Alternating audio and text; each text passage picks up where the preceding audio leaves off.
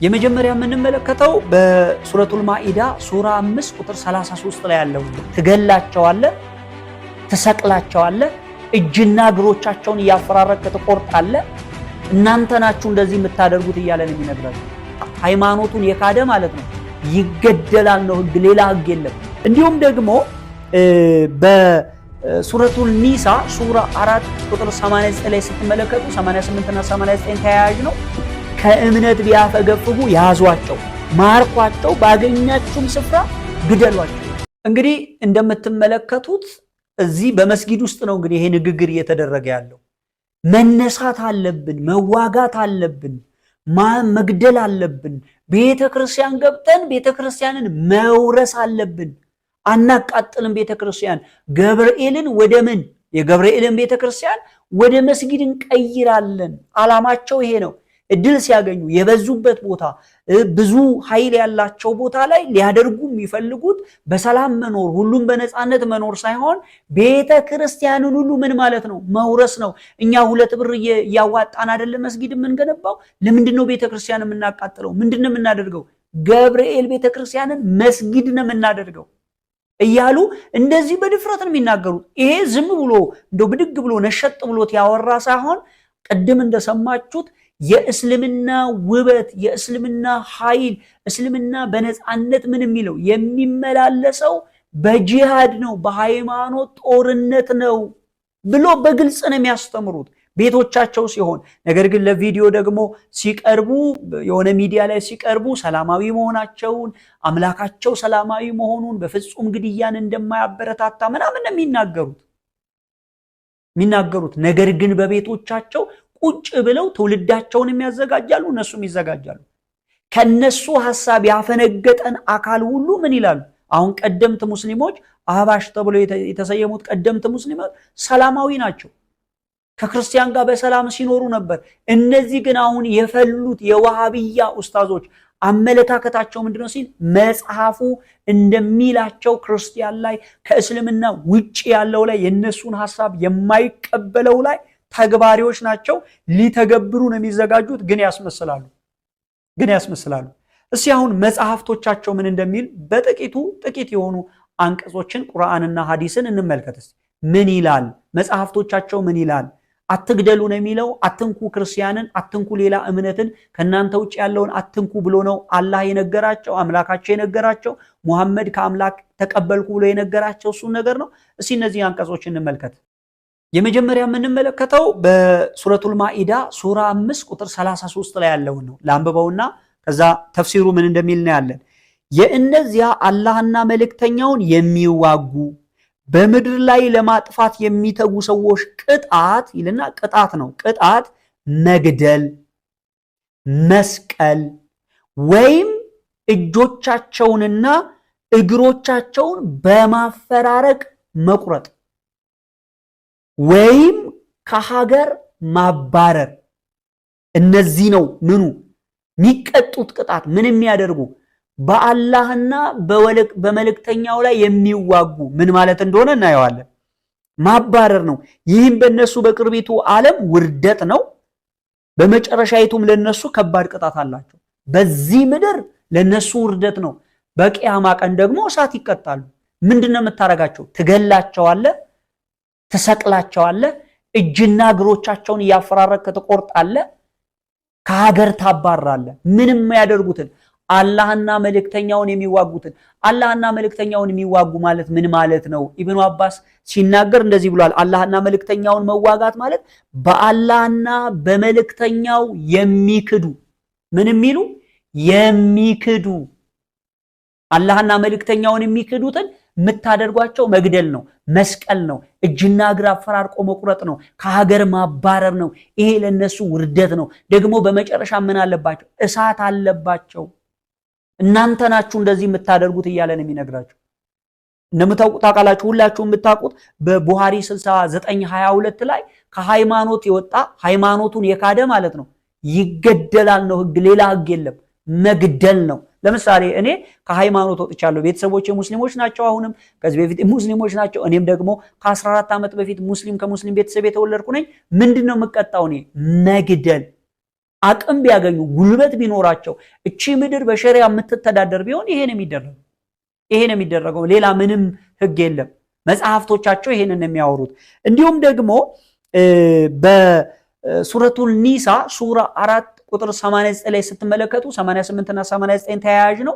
88 ላይ ጦርነት ሄደው እንግዲህ ተፍሲሩ ጦርነት ሄደው ከጦርነት ያፈገፈጉ ወይ ከመሐመድ ጋር እንዋጋም ብለው ወደ ኋላ የቀሩ ነበሩ እና ጦርነቱን ሄደው አሸንፈው ሲመጡ በመሐመድ ተከታዮች መካከል መከፋፈል መጣ። ምን እነዚህ ሰዎች ከኛ ያፈገፈጉ ጦርነቱን እንቢ ብለው የተመለሱ አንዋጋም ያሉ አካላቶች መገደል አለባቸው የሚሉና ኖ መገደል የለባቸውም በሚሉ ሁለት ክፍል ሆነው እርስ በርስ ሲከራከሩ፣ ለምንድን ነው የምትከራከሩት? በዚህ ምክንያት አላህ እናንተ ሁለት ክፍል ሆናችሁ የምትከራከሩት ስለምንድን ነው? እኔ ነኝ ያጣመምኳቸው ከነርሱ ምን አላችሁ ብሎ ሲቆጣ 88 ላይ እናያለን። 89 ላይ ደግሞ ምን እንደሚያደርጓቸው እነዚያን አካላቶች ምን ማድረግ እንዳለባቸው ሲናገር ነው ያለን። ምን ይላል? እናንብበው።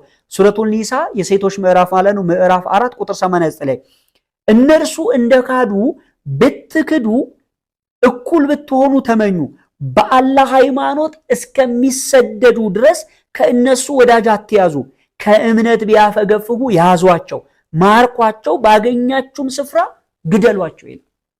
ከእነርሱም ወዳጅና ረዳት አትያዙ።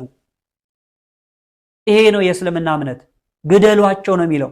ይህንን ሱራ ኢብኑ አባስ ሲፈስር ወይ ሲናገር እንደዚህ በሚል አስቀምጦታል። ላንብበው። እነርሱ እንደካዱ ሁሉ እናንተ እንድትክዱ ይመኛሉ። ስለዚህ ከእነርሱ ጋር እኩል ትሆኑ ዘንድ ጣዖት አምላኪ እንድትሆኑ ማለት ነው። ስለዚህ በአላህ መንገድ እስከሚሰደዱ እስከ ሂጅራ ድረስ ከእነርሱ መካከል ወዳጅን አትምረጡ። በሃይማኖት ሆነ ለድጋፍና ለረዳት አትታመኑባቸው። ከእምነትም ከሂጅራም ቢመለሱ እምነትንም ቢብሉ ሂጅራንም ቢብሉ ቢመለሱ ያዟቸው፣ እሰሯቸው፣ እስረኛ አድርጓቸው፣ ባገኛችሁትም ስፍራ ሁሉ ግደሏቸው። በተከበረው ቅዱስ ስፍራ ሆነ በሌላ ቦታ ከነርሱ መካከል ለሃይማኖት ወይም ለድጋፍ ወዳጅ አታደርጉ፣ ረዳት ወይም ጠባቂን አትምረጡ። ወዳጅ አታድርጓቸው። ባገኛችሁ ስፍራ እምቢ ብለው ወደ እምነት ባይመለሱ እምነቱን ባይከተሉ ምን አደርጓቸው? ግደሏቸው። በቃ ይሄ ነው እምነቱ፣ ይሄ ነው የሚናገረው። እንዲሁም ደግሞ ይሄንንስ የመጨረሻ ሱራ እንመልከት። ሱራ 9 ሱረቱል ተውባ ሱራ 9 ማለት ነው ቁጥር 5 ላይ እንደዚህ የሚል ቃል አለ። አጋሪዎችን ባገኛችሁት ስፍራ ግደሏቸው ይላል። አጋሪዎች ማለት እምነቱን የማይከተሉ በአላህ ላይ የሚያጋሩ ጣዖት አምላኪ የሆኑ እምነቱን የማይከተሉ የሙሐመድን እምነት የማይከተሉ እስልምናን ያልተቀበሉ ማለት ነው በሌላ ነገር። እነዚህን ሰዎች ደግሞ ምን አድርጓቸው ይላል? አጋሪዎችን ባገኛችሁት ስፍራ ግደሏቸው። ቁርአን ነው የሚለው፣ ከድር አይደለም ያለው፣ ቁርአን ነው የሚለው። ኢብኑ አባስ ይህንን ሱራ ምን ብሎ ፈሰረው ብለን እስቲ እናንብበው እንየው። ከዚያም የተከበሩ ወራት ሲያልፉ የመስዋዕት ቀንም በኋላ የሙርሃም ወር ሲያበቃ ስምምነታችሁም ለ50 ቀን የሆነውን አምልኮ ወይ አምላኪዎች ወይ ሙሽ ባገኛችሁት ቦታ ሁሉ ግደሏቸው። በተከበረ ቅዱስ ስፍራ ሆነ ከእርሱ ውጪ በተከበረ ወራት ሆነ በሌላ ጊዜ ማርኳቸው፣ እሰሯቸው፣ ቤቶቻቸውን ክበቧቸው። በሚያልፉበት መንገድ ሁሉ ለነርሱ ምን በሉ? አድፍጡ። ነገር ግን ከሽርክ ቢመለሱ በአላህም ቢያምኑ ሰላትንም ቢያቆሙ ዘካንም ቢከፍሉ መንገዳቸው ነፃ ተውላቸው፣ ወደ አላህ ቤት መሄድ ቢፈልጉ አትከልክሏቸው ይላል። እንግዲህ አጋሪዎችን ባገኛችሁ ስፍራ ግደሏቸው ይልና ግን እስልምናም ቢቀበሉ ለስግደት ቢቆሙ ሰላትን ቢያደርጉ ዘካም ቢከፍሉ ግን ተዋቸው፣ አትግደሏቸው። ያን ጊዜ ነፃ ናቸው።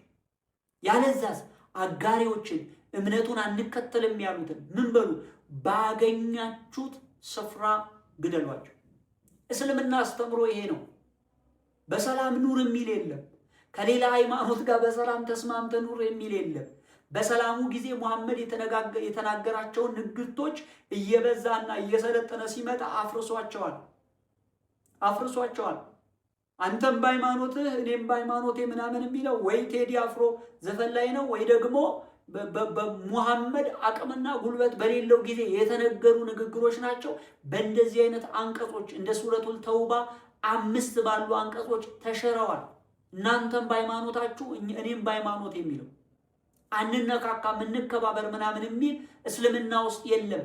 መብዛት ሲጀምሩ መግደል ወይ እስልምናን ማስቀበል፣ ይሄ የእስልምና እምነት አቋም ነው። ይሄንን የሚሞግት አይ እንደዚህ አይደለም ብሎ የሚል ማንኛውም ሰው መጥቶ ይሞግታል።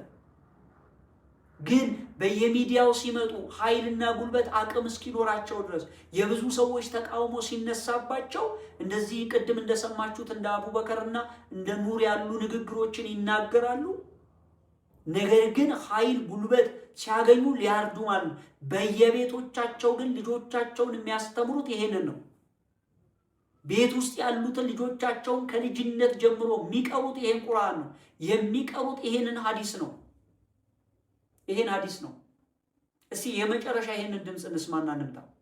ብዙ እጀረ ብዙ መጨፈጨፋቸው ካፊሮች ስላሉ ለነዛ እንደይደክመን ትሬኒንግ ነው፣ ለነዛ ትሬኒንግ ስለሚወጣ ነው። እንግዲህ እንደምትመለከቱት በቅርቡ በተከናወነ ነገር ትንሽ አንዳንዶች ሐሳብ ሲሰጡ እኔ እገላለሁ፣ ዝግጁ ነኝ ለመግደል፣ የካፊርን አንገት ለመቁረጥ ዝግጁ ነኝ እያሉ ወገኖቼ፣ እስልምና አስተምሮቱ ይሄ ነው። አስተምሮቱን በየመስጊዱ የሚያስተምሩ ትምህርት ነው እንጂ አንዳንዶች ለሚዲያ ፍጆታ ብለው መጥተው ሰላማዊ የሚናገሩት ንግግርና እንዲሁም ደግሞ ትናንትና የምታውቋቸው ሰላማዊ ይሄንን ትርጉም በሌላ መንገድ የሚተረጉሙ ሰላማዊ ሙስሊሞች ነበሩ፣ ለዘመናት በኢትዮጵያ ውስጥ የነበሩ ማለት ነው። እነዚህኛዎቹ በተለይ አሁን ያለው ዋሃቢያ የሚባለው ግሩፕ ይሄንን ለማድረግ ነው የሚዘጋጀው የሚማረው። በብዙ መንገድም ነግረውን ያውቃሉ። ስለዚህ ክርስቲያን ወገን መጽሐፍቶቹን የእስልምና መጽሐፍት ምን እንደሚናገር ምን አይነት አመለካከት ያላቸው ሙስሊሞች እንዳሉ በጥሞና በማወቅ በማየት መዘጋጀት አለበት። ራሱን መከላከል አለበት። በእንደዚህ አይነት ሚዲያ ላይ በሚመጡና አንዳንድ በሚሰጡ ሐሳቦች የራሳቸውን የግል አመለካከታቸውን እንዲሁም ደግሞ አንዳንድ ዓላማቸውን በቤታቸው ደብቀው ለሚዲያ ፍጆታ በሚናገሩ ሰዎች መታለል የለባችሁ።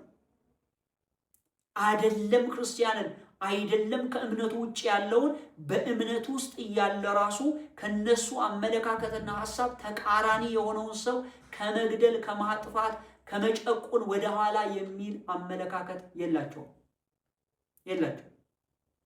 እስልምና ይሄ ነው።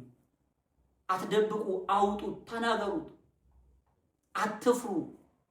ይሄ እውነታው ይሄ ስለሆነ መጽሐፍቶች የሚሉት ይሄ ስለሆነ የእስልምና እምነት በትክክል የሚከተሉ አካላቶች አቋማቸው ይሄ ስለሆነ ይሄ ነው እውነታው ይሄ ነው። ይሄንን አንደብቅ።